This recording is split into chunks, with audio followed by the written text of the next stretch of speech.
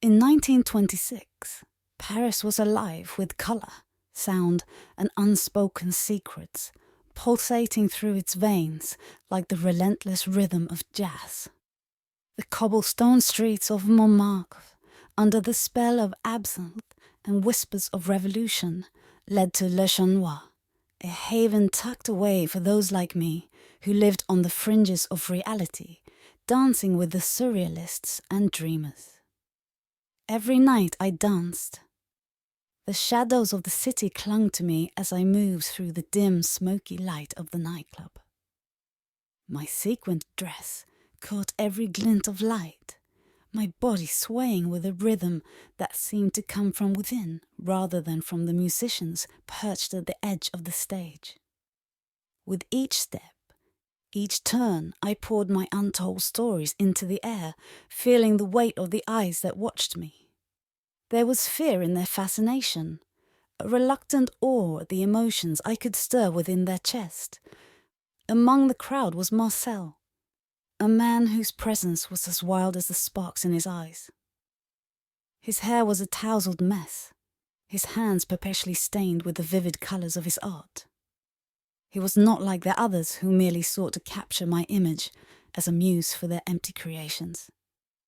No, Marcel was lost, a soul adrift in his own chaos, trying desperately to anchor himself to something real.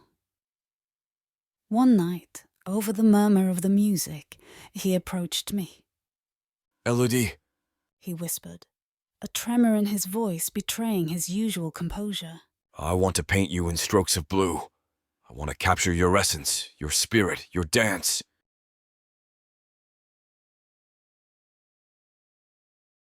His words intrigued me, but also frightened me. Could he really see the spirit beneath my performance? Or was he like the rest, just chasing a shadow of something he could never understand? Despite my doubts, I nodded my agreement. There was something in his eyes that night, a wild, desperate hope that I found myself unable to deny. For the next few nights, I felt his gaze heavy on me as I danced. Marcel sketched feverishly, his hands moving in a frantic mimicry of my own. But with each night that passed, I saw the growing frustration in his face. He struggled to capture something that perhaps was meant to remain ethereal and free.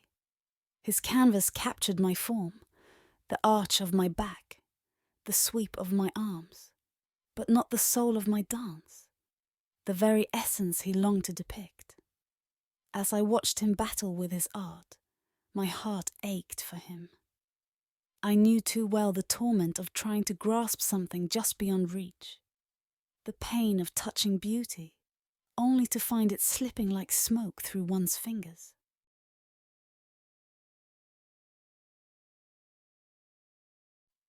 On what would be our final night, in the middle of a performance, I stopped.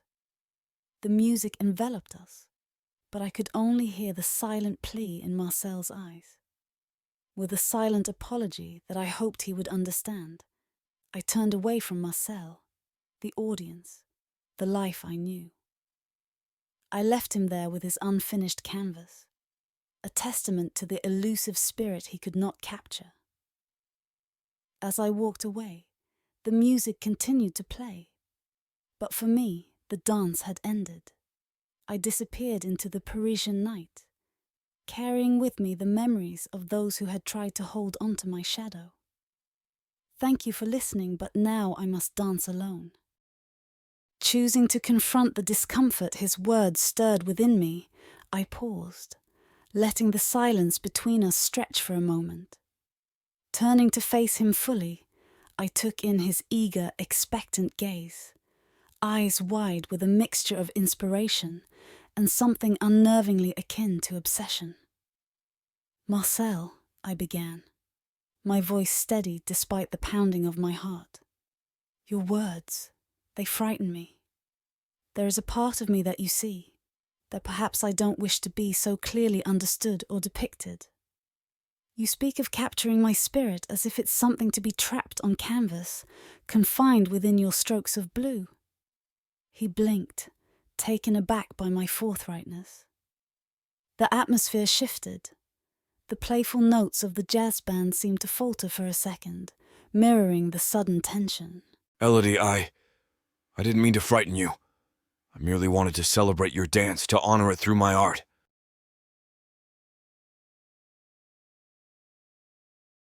I sighed, a mixture of relief and sadness washing over me. But Marcel, to be honored should not come with a feeling of being hunted. Your art, it's beautiful because it's wild and free. Why then would you want to pin down something that is meant to flow, like the dance? His gaze dropped to his hands, stained with paint. A physical testament to his struggle with creation and control. I thought I understood. He murmured, almost to himself. But perhaps I'm still learning what it means to truly see, not just to look.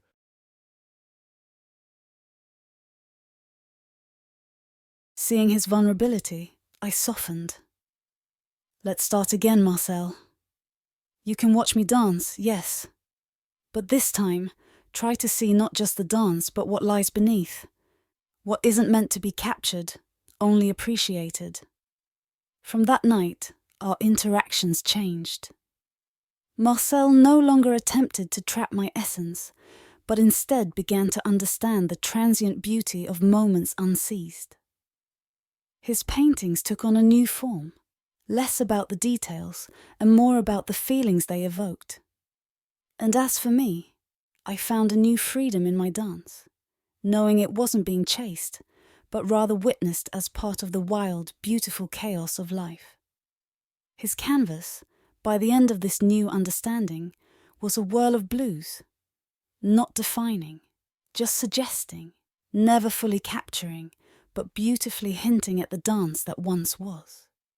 And in that change, we both found a deeper appreciation for our arts, free and unbound as they were meant to be. Learn faster, Marcel, I said curtly. Because right now, all I see is a man who can't differentiate between admiration and possession. You don't honor what you don't understand, and you certainly don't own what you can't grasp. The silence that followed was heavy, the air thick with unspoken words. Marcel's face hardened, his eyes reflecting a mix of hurt and realization. Without another word, I turned on my heel and walked away, leaving him and his unfinished canvas behind. The music continued to play, but for me, the dance had taken on a new meaning, one of defiance and self-preservation. That night, I danced not for the audience, not for Marcel, but for myself. And in that solitary performance, I found a freedom that no artist could ever capture. Without warning, my hand flew, the slap echoing like a crack of thunder through the dim, smoky room. The music came to a jarring halt, the band members staring in stunned silence. Marcel's head snapped to the side, his cheek blooming red from the impact. The entire club seemed to hold its breath, the air thick with shock and an electric undercurrent of raw emotion. "Honor!" I spat, my voice cutting through the heavy silence like a knife. You don't honor something by trying to possess it.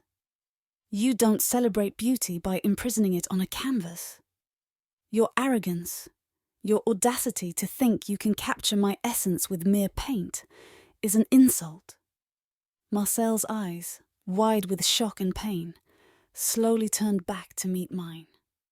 The spark of inspiration that once lit them was now replaced with a flicker of something darker, something broken. For a moment, he seemed to struggle for words, but none came.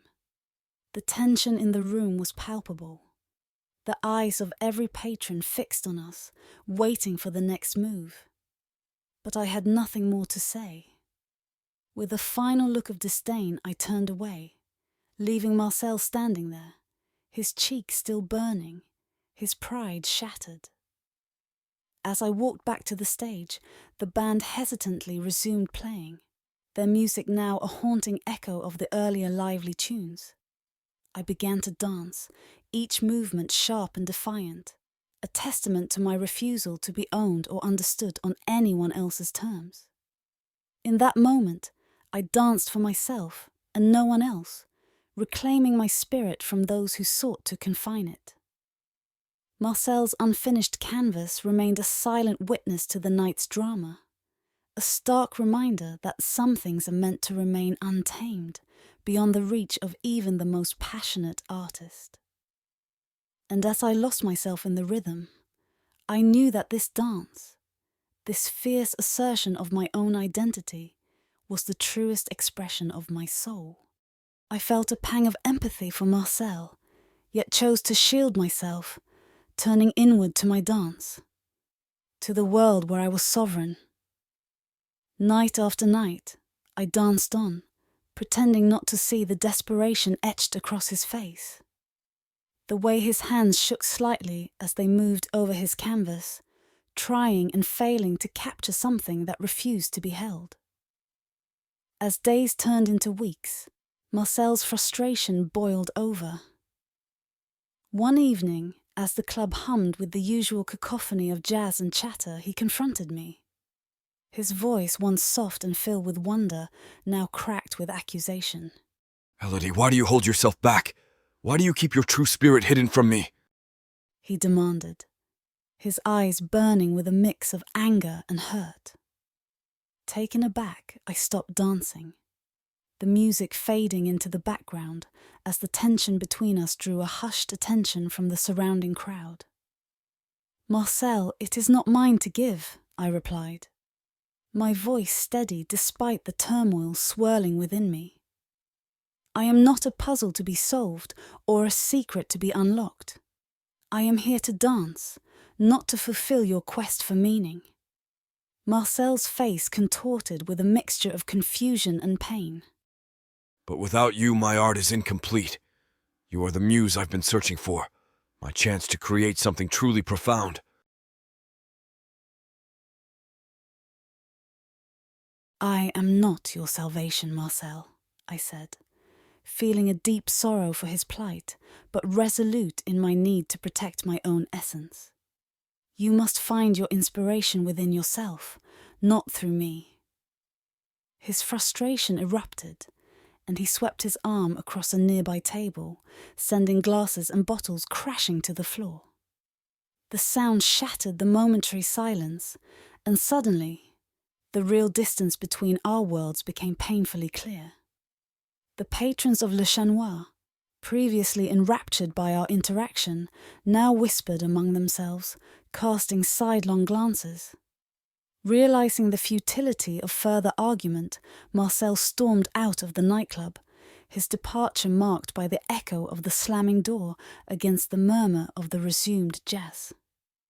I stood there, amidst the gaze of many, my heart heavy with the realization that some connections, no matter how fervently they burn, are destined to dissolve. That night, I danced not just for the patrons or for the surrealists who sought refuge in the abstraction of their thoughts and paintings, but for myself. I danced to mourn the loss of a connection I had once hoped might transcend the boundaries of art and reality. A connection now lost to the shadows of misunderstanding and the relentless pursuit of unattainable ideals. His words, charged with a raw desperation, pierced through the walls I had built around myself. I felt my resolve waver, his plea tugging at something deep within me. The room seemed to hold its breath as I stood there, caught between my own need for self-preservation and the intense yearning in his eyes. Marcel, I said, my voice softening, perhaps there is something to be found in the union of our arts. Maybe, just maybe, your passion can help unveil a part of me that I have kept hidden for too long. His eyes widened with a mixture of hope and disbelief. You mean it, Elodie? You will let me truly see you, let me capture the essence of your dance? I nodded slowly, feeling a strange mix of fear and excitement. Yes, Marcel, but understand this. It is not just about you or your art. It is about us finding a balance, a harmony where both our spirits can coexist and flourish. From that moment, a new phase of our relationship began. Marcel watched me with renewed intensity, his sketches becoming less frantic and more deliberate. He no longer sought to capture me with a single stroke, but instead began to understand the fluidity and depth of my dance. As the days turned into weeks, a transformation took place. Marcel's frustration gave way to a deeper appreciation for the subtleties of my movements. His paintings evolved, becoming a symphony of colors and emotions that resonated with the rhythm of my soul. Each brushstroke was a tribute not to the form, but to the spirit of my dance. I too felt a change within myself. The fear of being understood and confined melted away, replaced by a newfound freedom in my expression. With Marcel, I discovered that revealing parts of myself did not mean losing my essence, but enriching it. Together, we created a space where art and dance intertwined, each enhancing the other. One evening, under the dim lights of Le Chanois, Marcel unveiled his latest work. The canvas was alive with motion, the blues swirling and blending in a dance of their own. It was not a portrait of me, but a representation of the dance itself. An abstract yet profoundly expressive piece that spoke of the journey we had embarked on together. As I looked at the painting, a sense of fulfillment washed over me. Marcel had not just painted me. He had captured the spirit of our connection, the delicate balance of two souls finding harmony in their respective arts. The patrons of Le Chanois gathered around, their murmurs of admiration and awe filling the room. Marcel stood beside me, his eyes reflecting a deep gratitude and respect. Thank you, Elodie, He whispered. for allowing me to see and for teaching me that true art comes from understanding and freedom. I smiled, feeling the weight of our journey lift from my shoulders. And thank you, Marcel, for showing me that some connections are worth the risk of vulnerability. That night, as the music played and I danced, I felt a sense of completeness I had never known before. Our collaboration had not only transformed our arts, but had also bridged the gap between our worlds, creating something beautiful and timeless. In the heart of Paris, amidst the shadows and the lights, our story was etched not in words or movements alone, but in the shared understanding and the unspoken bond that had grown between us.